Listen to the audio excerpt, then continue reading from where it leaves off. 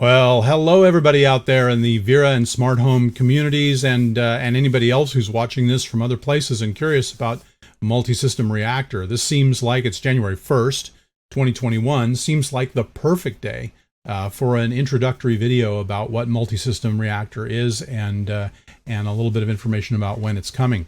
So I'm going to start here. This is on the actual rule editing page, and this is going to be familiar to all the people who use the loop-based reactor. You have the usual arrangement of conditions in a root group, and you can add additional groups. You can add conditions to those groups. Most of the usual conditions are there. Some one or two Vera specific ones have dropped off, but there are other ways to get to that functionality, so don't worry about that. So we're kind of making that a little bit more generic, not as system specific as it used to be. And of course we have these set reactions, this is the set reaction is the is true activity, so that when the triggers become true, the set reaction runs, and when the triggers become false, the reset reaction runs. And then we have expressions down here. There are no expressions in this particular one. And then we have this other group that's called conditions. Now, my loop reactor people are going to think of these as conditions, and that's true, but I'm borrowing this concept from HomeAssistant. HomeAssistant separates its active components and its automations. I thought this was a smart thing that it did when I first made contact with HomeAssistant a few years ago, is that it had triggers and conditions separately. Triggers are sort of the active things that it monitors, that when they change, the automation has to go and do something. Conditions tell the automation whether or not the triggers should even be paid attention to. So for example, if you had a motion sensor light and control of a light, and you only wanted the control to happen between sunset and sunrise, then you would set the motion sensor up as the trigger. It's the activity of the motion sensor that turns on the light. But you would set the condition up for the time condition between sunset and sunrise. And what this would do is it would prevent the triggers from operating when the conditions are not true. So it's another way of filtering. In Loop Reactor, the way we do that is you put your condition in an AND group, and if you've really got your lights on and you know what you're doing and you sort of thought through the logic, you'd recognize that you probably also want to use a sequence condition, which is that you don't care about the state of the sensor when it transitions between sunrise and sunset. You only care about the state of the sensor when it's actually between sunset and sunrise. So you need to use a sequence condition. All the usual condition options are here, right, including the sequence condition. But you don't need to use that now. So you can do it either way. Anyway, I'm not going to belabor that point. I've got a lot to cover, and I want to get through this video quickly. Don't want to make it too long. So this test lamp 1 in this particular rule is a HomeAssistant based fixture. So this is a HomeAssistant based lamp switch, just a plain switch. And so we've selected the only attribute that it has, which is its power state. We want to match it to true, and its current value is true, so the switch is currently on. And the switch controls my lab lights. So you can see here that when the set reaction that's going to fire is going to turn on the lights lab task, which are the lights I'm sitting underneath right now. It's going to turn those on. And when this switch goes off, the reset reaction is going to run, and it's going to run lab task power switch off. So it's going to turn my lab lights off. So it's just a follower. Whatever the state of test lamp 1 is, my lab task lights are going to go the same. The lab task lights are not on the HomeAssistant server. They're or controller. They're on the Vera house controller. All right. So what we're going to watch here is we're going to watch an automation on that's driven by HomeAssistant control devices that are on the Vera. Notice that you don't know where those devices are in this control panel, in this configuration, and you don't need to know. We've completely abstracted away where these devices are. It does not matter. Just that you want to control them. You can mix and match devices as you want. We could add HomeAssistant devices down here. We could add Hubitat devices down here. We could add them up here. They can all be mixed and matched. It doesn't matter. And this gives you a lot of flexibility because it lets you create rules that span multiple controllers. It lets you create scenes, reactions that span multiple controllers. And in doing that, it eliminates your tie to a single controller. You can choose the controller that best supports the device that you're using. So if, for example, you're on an older Vera and it doesn't support some newer device, but you have a Hubitat elevation that supports it beautifully, then you just pair those devices with the Hubitat elevation.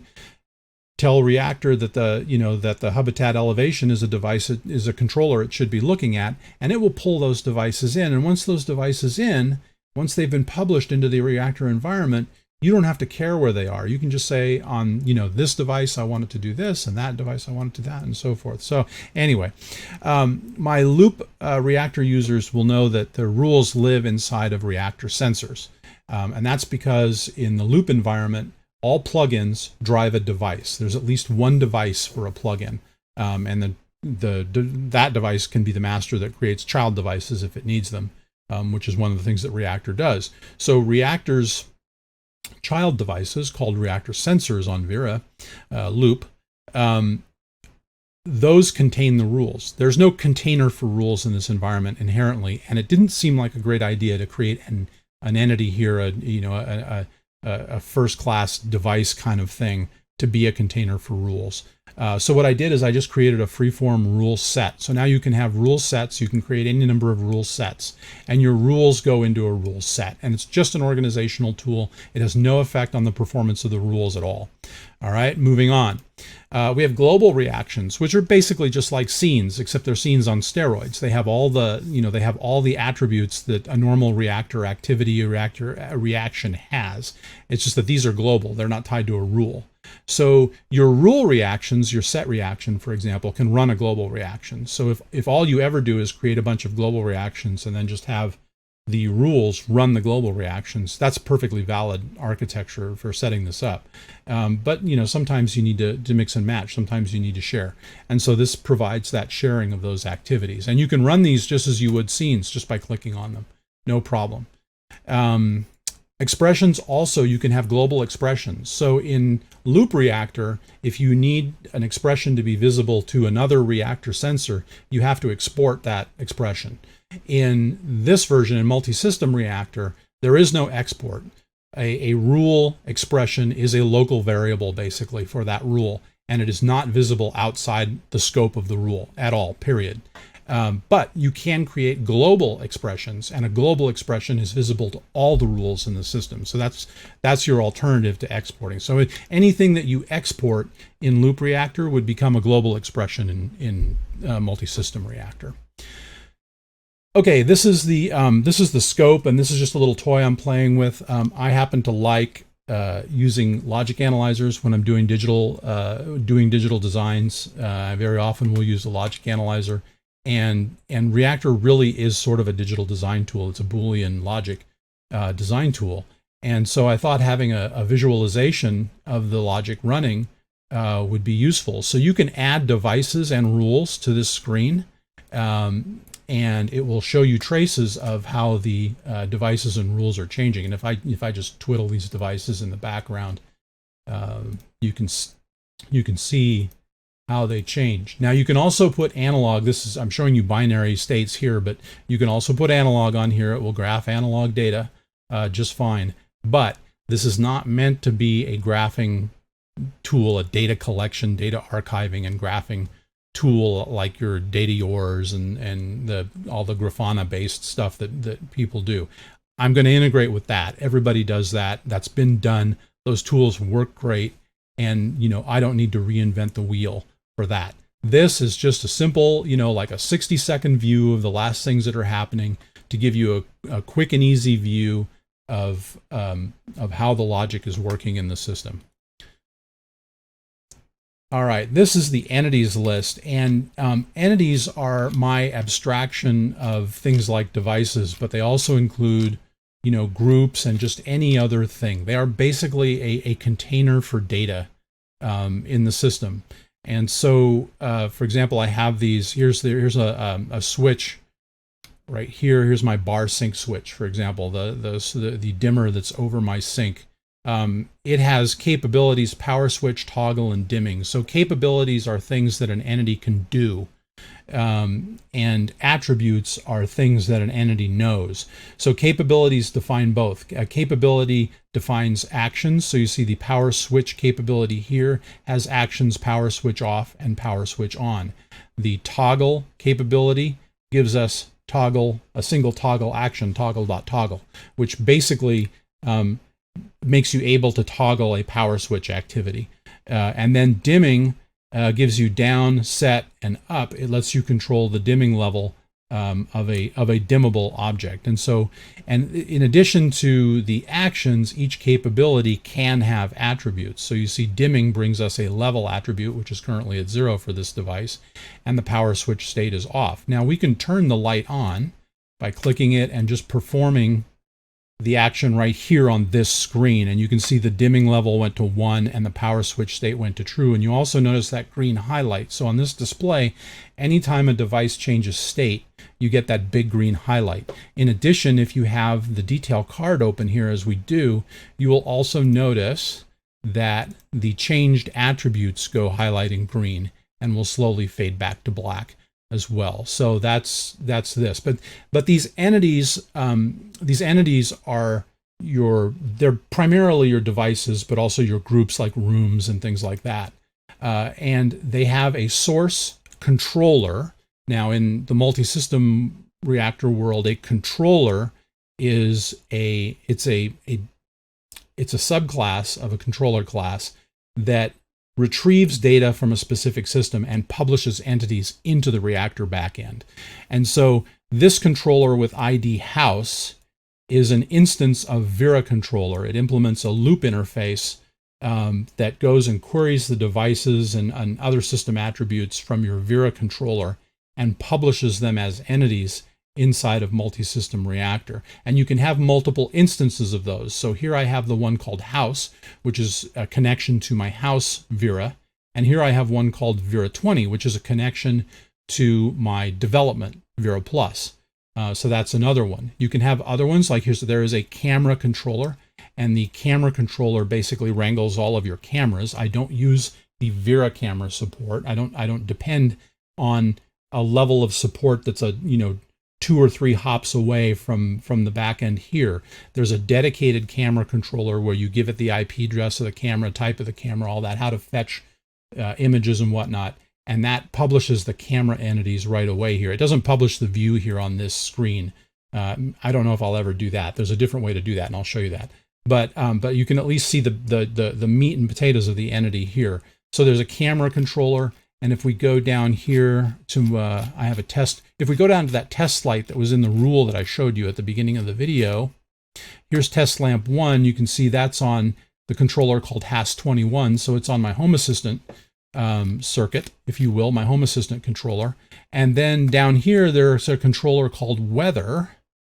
And these are the system. This is the system controller for that. But there's this weather entity, weather PTC. This is my local weather. So the weather controller is just a controller that goes out and queries the National Weather Service or Open Weather Map or whatever weather service you want, and it populates a weather object. It populates an entity that has the weather information, the weather information capability, WX, and it fills in these fields. So you can see right now as I record this, we have rain and 93% humidity here in Peachtree City.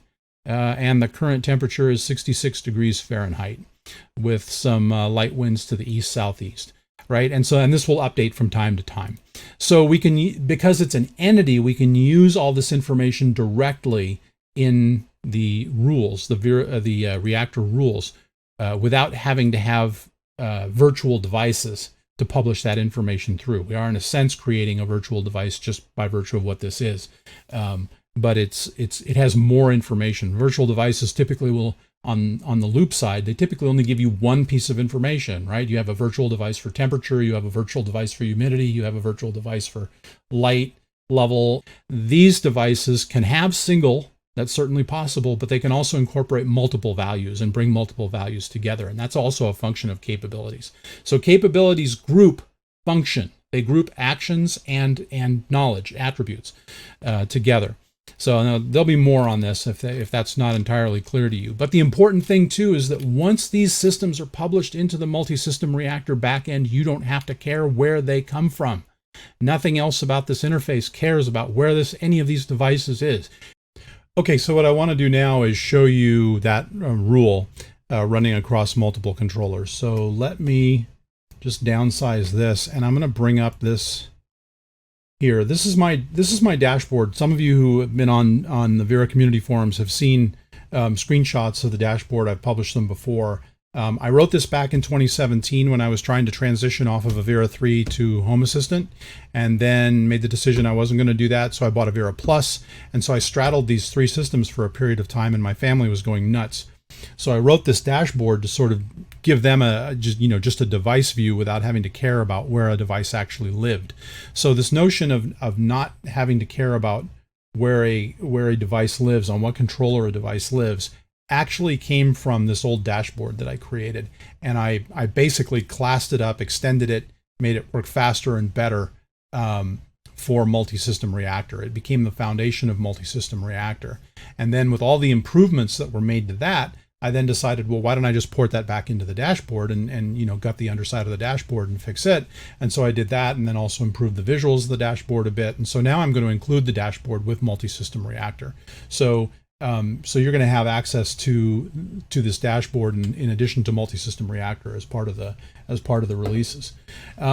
Anyway, what I want you to notice here is I'm going to scroll this view over to our test switch on the HomeAssistant system. So let me get this up here, right there, and you can see. Okay, so here's HAS device 5, the test lamp, and then so that's the controlling the device that was in the trigger of our reactor rule, and then the controlled device is lab task, which is on my house Vera system, and it's actually the lights I'm sitting under right now. So if I turn these lights off, for example, you can see the light transition in the camera. I kind of go into the dark. I'm going to turn my desk lights off here, and so it gets really dark. Yeah, so good, you can see that. Okay, so what I'm going to do is I'm going to go over to the HomeAssistant side, and I'm going to turn test lamp 1 off, and you're going to see how quickly the UI here on the reactor side changes, but you're also going to see how quickly reactor runs the rule and changes the lab task switch. So let's do that. Ready? I'm going to turn, so right now everything's on. I'm going to turn this lamp off on 3. 1, 2, 3.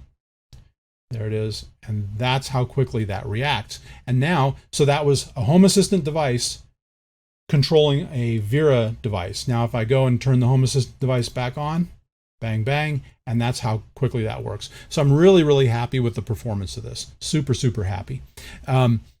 I could talk at length about the dashboard. I've got a lot to say about the dashboard because a lot of improvements have happened. I am still working on it to make it as absolutely flexible as I want it to be. Right now, obviously, everything you're seeing here in this dashboard view, this particular view is dynamically driven. It's showing me all of the objects that are in the lab group, which is the lab room on Vera, and so it's just showing me all the entities that are in there. And of course, I can control them. You'll watch this light behind me go on. Watch the light behind me go off again, very quick. Everything is stylable here. You can create your own widgets. You can create, you can change fonts. You can change icons. You can create your own layouts for the interiors of the widgets. My goal is to make this as non-constraining, as flexible as possible, to allow you to do as much as you want to do. And I'm still working on all of the details of that, and I have a lot of documentation to write. Probably my biggest task now in getting this all ready for public consumption is working on the documentation. There's just a lot of stuff that needs to be written.